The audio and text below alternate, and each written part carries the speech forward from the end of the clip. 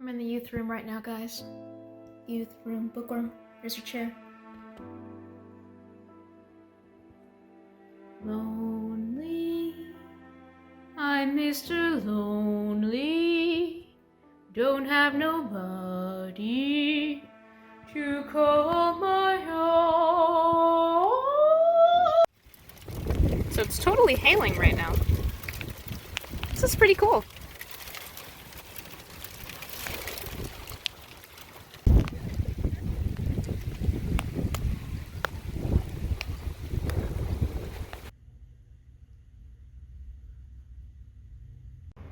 Of course, the sun is out now.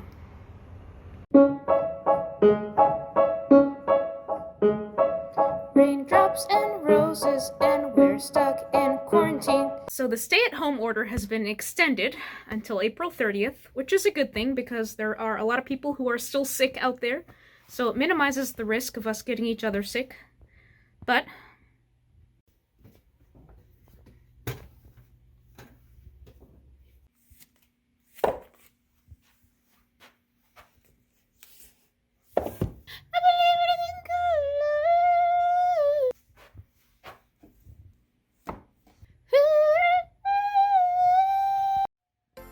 this Sunday is Easter.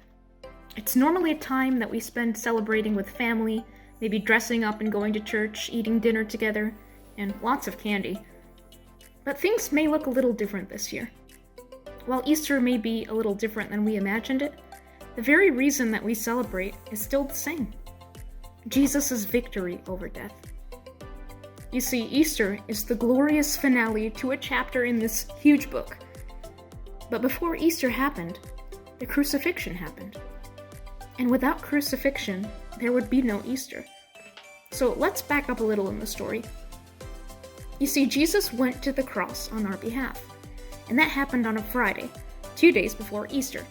So that would be tomorrow in our timeline, Good Friday. Today is Thursday. Today is when they celebrated the Passover feast together. You know that famous painting of Jesus eating at a long table with other people? He was eating with his disciples, and that happened on Thursday.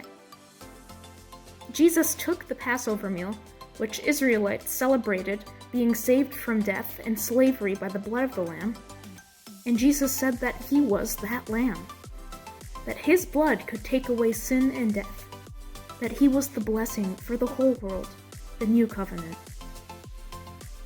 Luke 22:19 says, Jesus took some bread in his hands and gave thanks for it. He broke the bread and handed it to his disciples. Then he said, "This is my body, which is given for you. Eat this as a way of remembering me."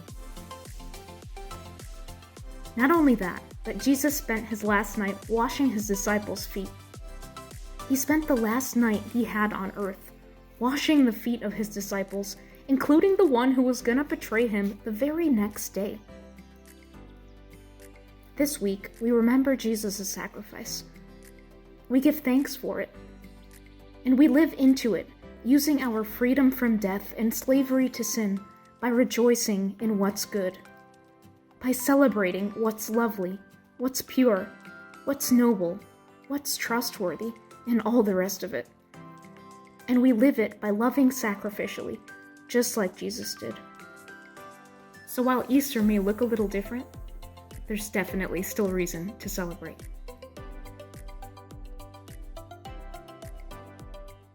I may have forgotten about these. Oh, that's janky.